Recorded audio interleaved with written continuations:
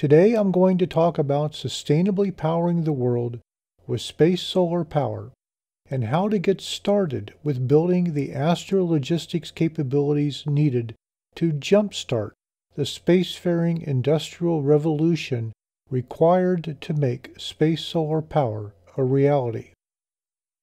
Beginning nearly 12,000 years ago, the start of agriculture fundamentally advanced our ancestors' food energy security. Anthropologist Leslie White concluded from his studies of ancient cultures that agriculture succeeded because those technologies harnessed solar energy in a new way and new form. Agriculture also succeeded because it substantially increased the amount of useful energy produced per unit of human effort and the fact that it could be used globally. The invention of the steam engine, using another form of solar energy, fossil carbon fuels, began the industrial age. Steam-powered industries further advanced human productivity, enabling the emergence of a prosperous middle class. Currently, fossil carbon fuels supply around 80% of the energy we consume. Everyone understands that this is not a sustainable solution, with affordable supplies likely not lasting until the end of the century. Also, non-sustainable fossil fuels cannot provide the world overall with equitable access to affordable energy and consequently the opportunity to achieve a middle-class standard of living. The Universal Declaration of Human Rights identifies freedom from want as an aspiration that should be available to everyone everywhere.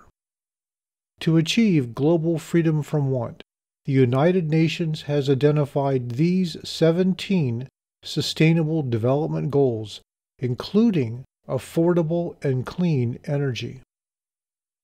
My analysis shows that the best path forward to achieve the needed global affordable and clean energy solution is to once again harness solar energy in a new way and new form. This needed solution is space solar power generated astroelectricity.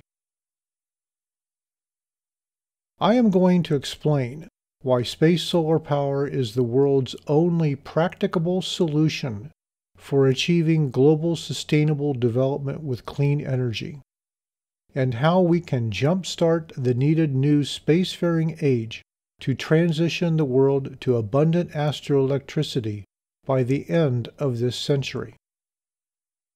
I will start with explaining how we can transition from fossil carbon fuels to reliable clean energy.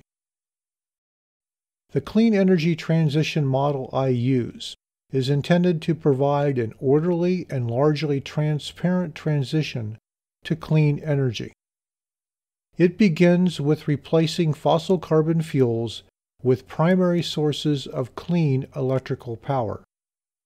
When using baseload primary electricity sources, some of the baseload electricity can be passed directly to the end users, just as is done today.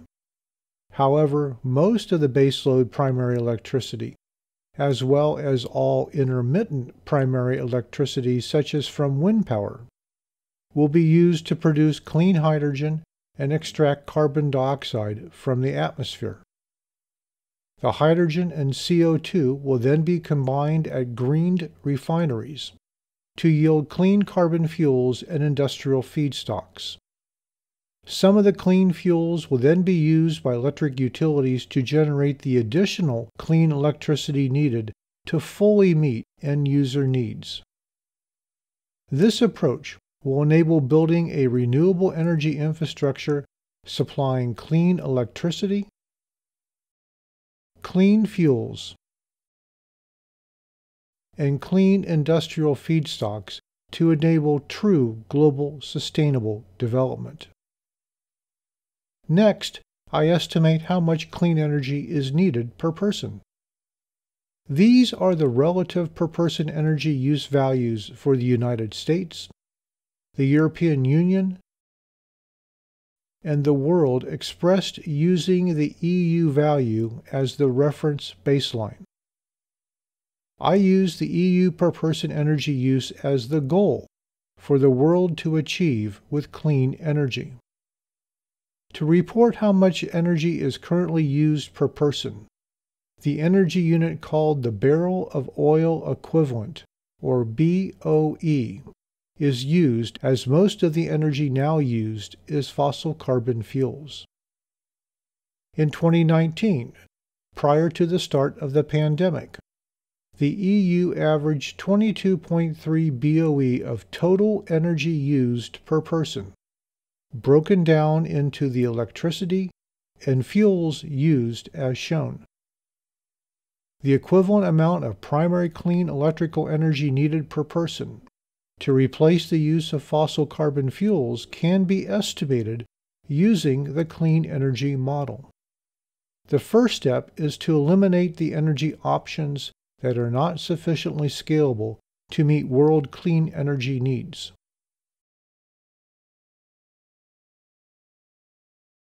These are the 4 remaining options. 2 are baseload, and 2 are intermittent primary sources of electrical power.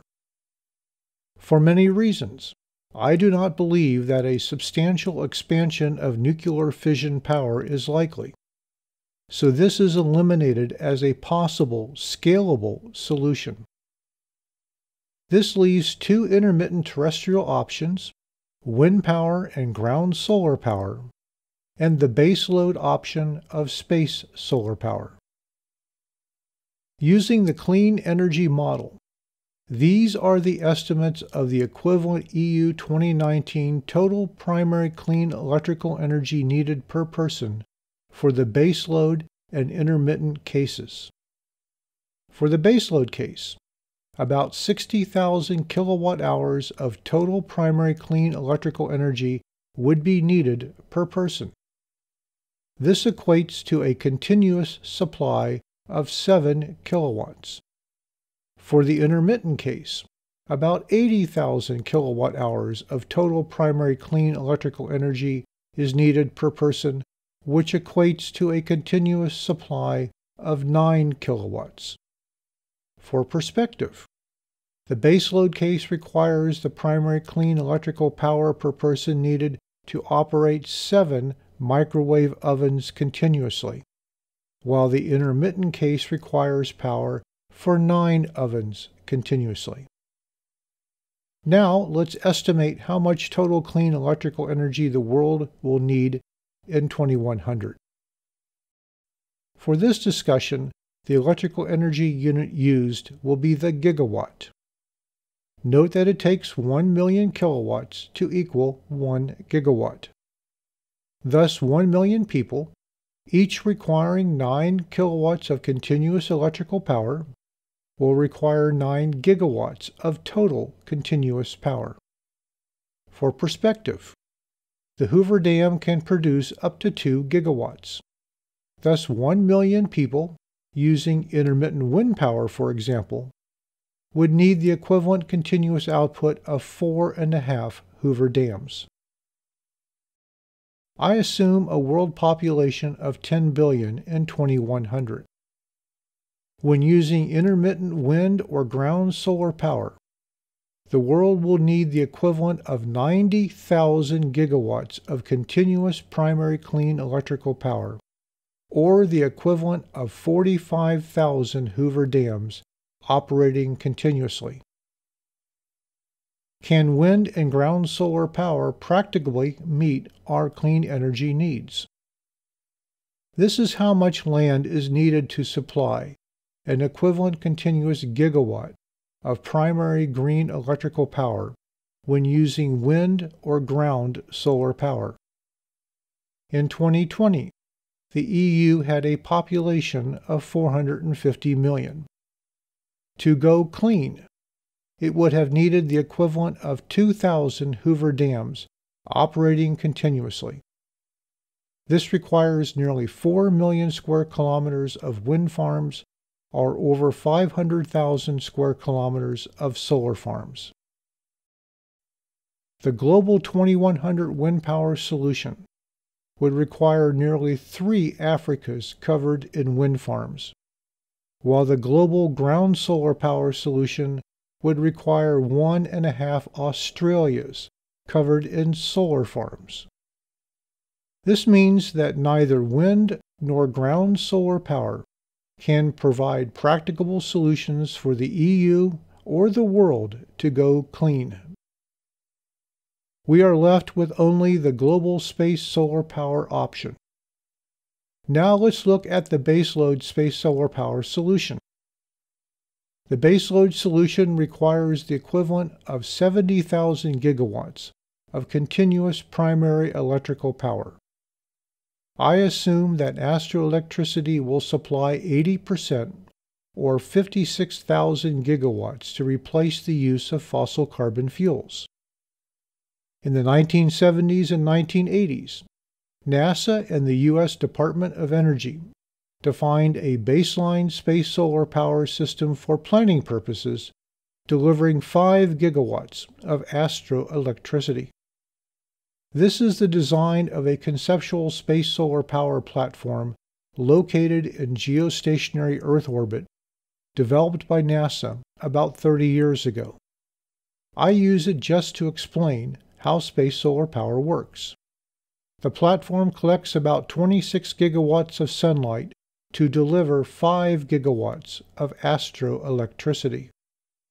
The end-to-end efficiency is expected to be in the range of 20%. Each platform will be about the size of Manhattan Island and have a mass of upwards of 50,000 tons. I call the ground station for receiving the transmitted astroelectricity an astroelectric plant. This is the layout of the baseline 5 gigawatt astroelectric plant. When located at 35 degrees latitude, such as in southern Spain, the entire plant requires 209 square kilometers or 81 square miles. The green oval is the receiving antenna. It will look like a solar farm. Supplying 80% of the world's total energy in 2100 will require about 11,000 astroelectric plants. These plants would require about 2.3 million square kilometers. This equates to a total square of land about 1,500 kilometers on each side.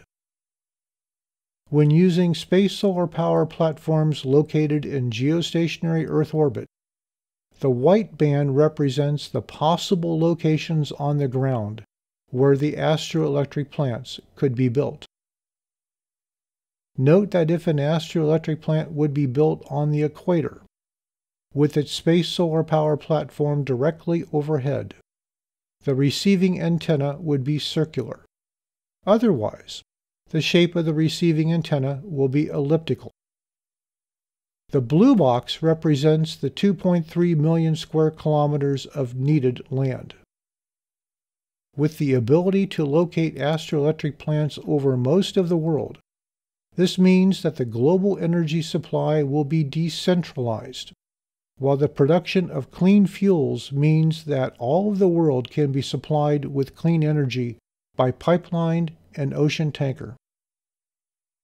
If ground solar farms are built on the entire footprint of the astroelectric plants, integrated with the receiving antennas for the transmitted astroelectricity, these solar farms would provide the remaining 20% needed for a 100% clean energy solution. Space solar power generated astroelectricity has these advantages.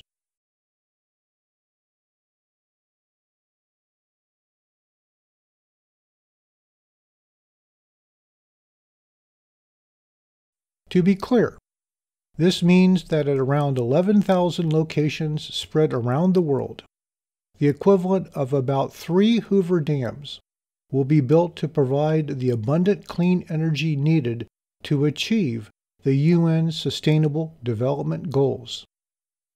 This global supply of astroelectricity means that at thousands of locations all around the world, we will build and rebuild sustainable cities and towns to enable the world to proudly enter the 22nd century at peace with global middle-class prosperity. Now, what does this mean for humanity's spacefaring future? This space solar power solution will need roughly 560 million tons of installed equipment in geostationary Earth orbit. This means that the geospace solar power platforms will need to be manufactured in space using primarily lunar and asteroidal resources. To achieve this clean energy solution, we now need to initiate a new era of human civilization, the Spacefaring Age, where a spacefaring industrial revolution will be undertaken to permanently settle the central solar system to build the space solar power systems needed to power our terrestrial civilization with clean energy and make it fully sustainable and prosperous. To get this spacefaring industrial revolution underway, we now need to build a robust astrologistics infrastructure enabling commercial human operations throughout the Earth-Moon system. From our logistics experience with the International Space Station, we know that we need larger and more capable in-space astrologistics capabilities. I propose commercializing the cargo version of the Space Launch System and use this to build the initial astrologistics infrastructure in low Earth orbit. A spacebase and spacedock would be the first facility to be built in low Earth orbit to provide the initial astrologistics port of call for transporting passengers and cargo to LEO. This spacebase and spacedock would require only 6 SLS-cargo missions to build. The crew size would be about 25. To enable routine maintenance and cargo handling operations, each spacebase would have 2 space hangars. The main hangar deck would be 10 meters wide by 30 meters long. This would enable smaller vehicles and payloads to be serviced within the space hangar without needing to go EVA. The spacedock would be about 250 meters in length. It would be used to assemble large facilities such as a space habitat. Only 8 SLS cargo missions would be needed to assemble this 100-person space habitat. By rotating the habitat, up to Mars-level artificial gravity can be produced. With this habitat's hub and spoke design, it has over 2,000 square meters of floor area. The spacedock would also be used to assemble and dock large spaceships. This conceptual spaceship design draws on work done at NASA Glenn using LOX-augmented nuclear thermal propulsion.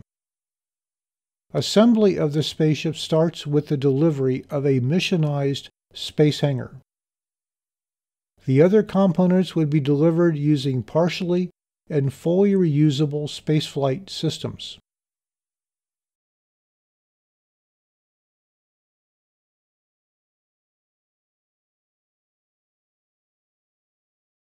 With nuclear thermal propulsion, the spaceship would be able to conduct round-trip missions throughout the Earth-Moon system, providing access to GEO, the Lagrangian orbits, and lunar orbit. The spaceship's crew size would be about 12, along with additional mission specialists and passengers. Space tugs and lunar landers would be carried inside the spaceship's space hangar. Here the spaceship is passing a 300-person space habitat. The travel time to the Moon may only be about 24 hours. The spaceship will deliver cargo and passengers and conduct astrologistics support operations throughout the Earth-Moon system before returning to its spacedock in low Earth orbit. Utilization of the European Space Agency's spaceport in French Guiana to launch the commercialized SLS would enable space bases and space habitats to be built in equatorial low Earth orbit, providing a key astrologistics gateway to the entire Earth-Moon system and beyond. Thank you for this opportunity to highlight the growing importance of space solar power to achieving a peaceful, sustainable, and prosperous future for humanity.